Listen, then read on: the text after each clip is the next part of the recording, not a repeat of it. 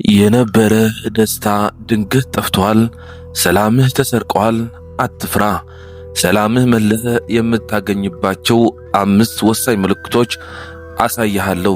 በአሁኑ ሰዓት በዙሪያህ ያሉ ነገሮች ሁሉ እርሳቸው። ጥቂት ደቂቃዎች ወደ ውስጠኛው ማንነትህ ተመልከት። የምነግርህ እውነት ምናልባትም እስከዛሬ ድረስ ለምን ካሰብኩበት አልደረስኩም፣ ለምን መንገዱ ሁሉ ተዘጋብኝ ለሚሉ ጥያቄዎችህ ምላሽ የሚሰጥህ ይሆናል።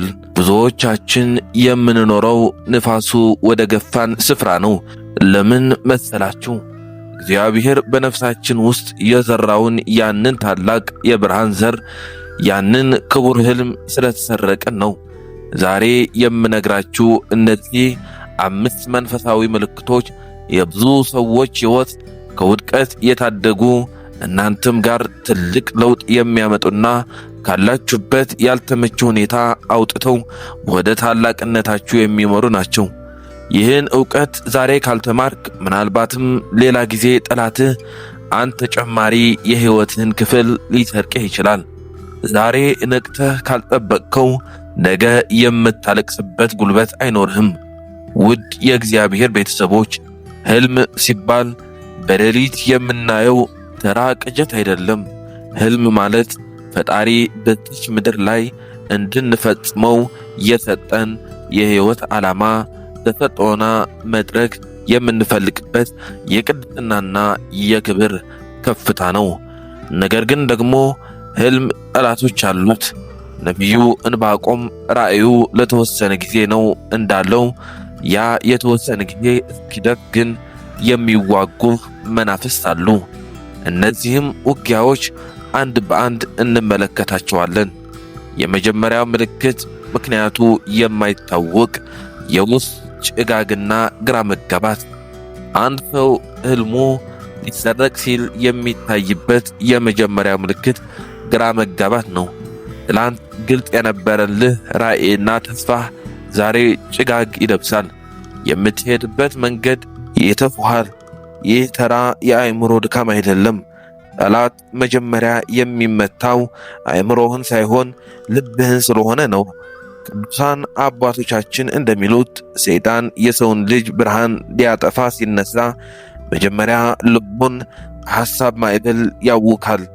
ትላንት ይህን ሰርቼ ለወገኖቼ እተርፋለሁ፣ ቤተ ክርስቲያኔን አገለግላለሁ፣ ሕይወቴን እቀይራለሁ ብለህ በቆራጥነት ተነስተህ ነበር።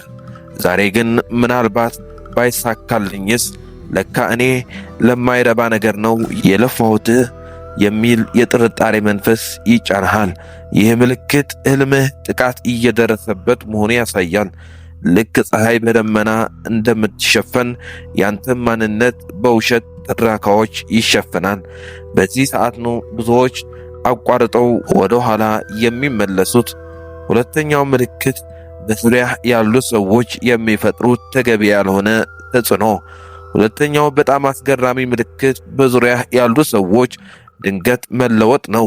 ወዳጅ መስለው የሚቀርቡ ግን ተስፋህን የሚያጨልሙ ሰዎች ይበዛሉ። መጽሐፍ ቅዱስ ስለ ዮሴፍ ሲነግረን ወንድሞቹ ሕልሙን ሲሰሙ ኑ እንግደለው፣ ሕልሙ ምን እንደሚሆን እናያለን ነው ያሉት። አንድ እውነተኛ ታሪክ ላካፍላችሁ። በአንድ ወቅት አንዲት ወጣት ነበረች። እግዚአብሔር የሰጣት ትልቅ የንግድ ጥበብ ነበረ። በውስጧ ትልቅ ራዕይ የሰነቃ መጀመሪያ የምታማክረው ሰው ፈለገች። በጣም ለምትቀርበው ጓደኛዋ ነገረቻት። ያቺ ጓደኛዋ ግን በሳቅ አጀበቻት። ይሄ ላንቺ አይሆንም፣ ካለሽበት ተጨባጭ ሁኔታ ጋር አይሄድም በማለት ተስፋዋን ገደለችው። ያቺ ወጣት ለዓመታት ያንን ራዕይ ቀበረችው። ከብዙ ጊዜ በኋላ ግን ያንን ያሰበችው ሥራ ሌላ ሰው ሰርቶ ስታይ የጠፋባት ነገር የገንዘብ ዕድል ብቻ ሳይሆን ከፈጣሪ የተሰጣት ጸጋ እንደነበር ተረዳች። ተመልከቱ፣ ጠላት ሕልምህን ለመስረቅ በግድ በአካል መምጣት የለበትም። በአካባቢህ ባለ ሰው አንደበት ተጠቅሞ በራስህ ላይ እንድትጨክን ያደርግሃል። በድንገት ካለህበት መንፈሳዊ መስመር የሚያስወጥህ ጓደኞች ከበዙ ሕልምህ አደጋ ላይ መሆኑ እወቅ። ሶስተኛ ምልክት የጸሎት ሕይወት መዛባትና የመንፈስ መክበድ። ሕልምህ ከእግዚአብሔር ጋር የተገናኘ እስከሆነ ድረስ ጥበቃውም የሚገኘው በጸሎት ነው። አንድ ሰው ሕልሙ ሊበላሽ ሲል መጀመሪያ ጸሎት ይሰለቻል፣ ስግደት ይከብደዋል፣ ቤተ ክርስቲያን መሄድ እንደ ትልቅ ሸክም ይታየዋል። መጽሐፍ ቅዱስን ገልጦ ለማንበብ ሲሞክር እንቅልፍ ያሸንፈዋል። ለምን መሰላችሁ? ጸሎት ማለት የሕልማችሁ የመከልከያ ግንብ ነው። ጠላት ግንቡን ካላፈረሰ ወደ ውስጥ ገብቶ መትረፍ አይችልም። ስለዚህ መጀመሪያ ግንቡን ወይም ጸሎት ያፈርስብሃል። ዛሬ ደክሞኛል፣ ነገ ጸልያለሁ የሚሉ ሰንከላ ምልክቶችን በውስጥህ የሚመላለሱ ከሆነ ይህን እወቅ፣ ሌባው ደጃፍህ ላይ ቆሟል። ታላቁ መምህር ቅዱስ ዮሐንስ አፈወርቅ እንደሚለው ጸሎት የማያደርግ ነፍስ ልክ ውሃ እንዳልጠጣ እህል ነው ይላል። ወዲያው ይደርቃል፣ ፍሬውም ይረግፋል። ሕልማችሁ ፍሬ እንዲያፈራ መንፈሳዊ ጥንካሬ ያስፈልጋችኋል። ይህ ምልክት ካለባችሁ ሕልማችሁ በድርቅ እየተመታ መሆኑ ተረዱ። አራተኛው ምልክት ተከታታይ የሆኑ ተስፋ አስቆራጭ ክስተቶችና የቅዠት ሕልሞች። ሕልማችሁ ሊሰረቅ ሲል በምታደርጉት እንቅስቃሴ ሁሉ እንቅፋት ይበዛባችኋል። ይህ ተፈጥሯዊ መሰናከል ሳይሆን መንፈሳዊ ውጊያ ነው። የምትይዙት የምትጨብጡት ይጠፋችኋል። በዛ ላይ ደግሞ የሌሊት እንቅልፋችሁ ሰላም ያጣል። በሕልማችሁ ወደ ኋላ ስትመለሱ የሆነ ነገር ሲያባረራችሁ ወይም ከፍ ባለ ቦታ ስትወድቁ አሊያም ደግሞ ዕቃችሁ ሲሰረቅ ወይም ሲጠፋ የምታዩ ከሆነ ይህ የመንፈሳዊ ጭንቀት ስርቅ ምልክት ነው። እዚህ ጋር አንድ ሌላ ታሪክ ልንገራችሁ። አንድ ወጣት ነበር፣ በጣም ጎበዝ ተማሪና ለቤተ ክርስቲያን አገልግሎት ትልቅ ፍቅር ያለው። ነገር ግን በድንገት በሌሊት የሚያያቸው ሕልሞች ሰላም ነሱት። በሕልሙ ሁል ጊዜ አንድ ጥቁር ጥላ ያለው ነገር ይቀማው ያያል። ይህ ሲደጋገምበት በትምህርቱ ሆነ በሕይወቱ ምንም አይነት ስኬት ማየት አቆመ። ነገሮች ሁሉ ተዘበራረቁ። በመጨረሻም ወደ አንድ መንፈሳዊ አባት ሄዶ ምክርና ጸሎት አደረገ። የአባት የነገሩት ነገር ቢኖር ልጄ፣ ጠላት ያንተ አሁን ስኬት ሳይሆን ያንተን የነጋ ማንነት ነው የፈራው። ስለዚህ በሕልምህ የመጣ ተስፋ የሚያስጨርቅህ አሉታዊ ሐሳብ ከሆነ ይህ ጠላት ሕልምህን ለመስረቅ የጀመረው ሴራ ነው። በጸሎትና በሱባኤ ሲበረታ ያ ስቃይ ለቀቀው። ዛሬ ያወጣት ትልቅ ደረጃ ላይ ደርሷል። የተወዳጆች ጠላት በሕልማችሁ መጥቶ ሊያስፈራራችሁ የሚሞክረው ሊሰርቀው የመጣው ነገር ትልቅ ስለሆነ ነው። ቤትህ ውስጥ ወርቅ ካለ ሌባው በሩን ለመስበር ይጥራል። ምንም ከሌለህ ግን ዘነበም አልዘነበም በርህን ከፍቶ ብታድር ማንም አይመጣም። ፈተናው የበዛባችሁ ታላቅ ክብር በውስጣችሁ ስላለ መሆኑን አምናችሁ ተጽናኑ። አምስተኛው ምልክት ሰላም ማጣትና በከንቱ ነገሮች መጠመድ። የመጨረሻውና በጣም አደገኛው ምልክት ሰላም ማጣት ነው።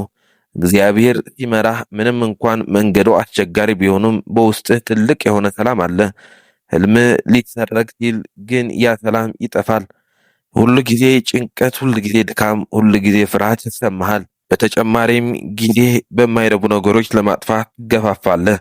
በሶሻል ሚዲያ ላይ ረጅም ሰዓት ስታጠፋ፣ የሰዎች ሕይወት ስትሰልል፣ በማይረባ ወሬ ጠመድ፣ ያ የምትወደው ሕልምህ ቀስ እያለ ይሞታል።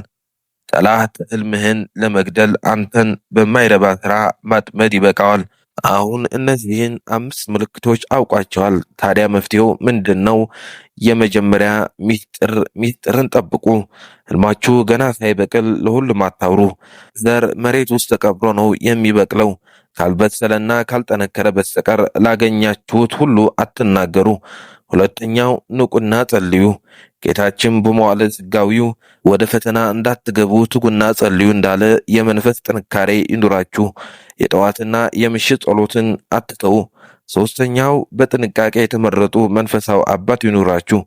የሚመክራችሁ፣ የሚጸልዩላችሁና ከመንገድ ስትወጡ የሚመልሳችሁ መንፈሳዊ አባት መኖር ከክፉ መናፍስት ጥቃት ይጠብቃችኋል። አራተኛ በጎ ነገር አስቡ። አእምሯችሁ በቃለ እግዚአብሔርና በበጎ ሐሳብ ሙሉት። ፍርሃት ሲመጣባችሁ ኃይልን በሚሰጠኝ በክርስቶስ ሁሉን እችላለሁ ብላችሁ ራሳችሁን አበርቱ።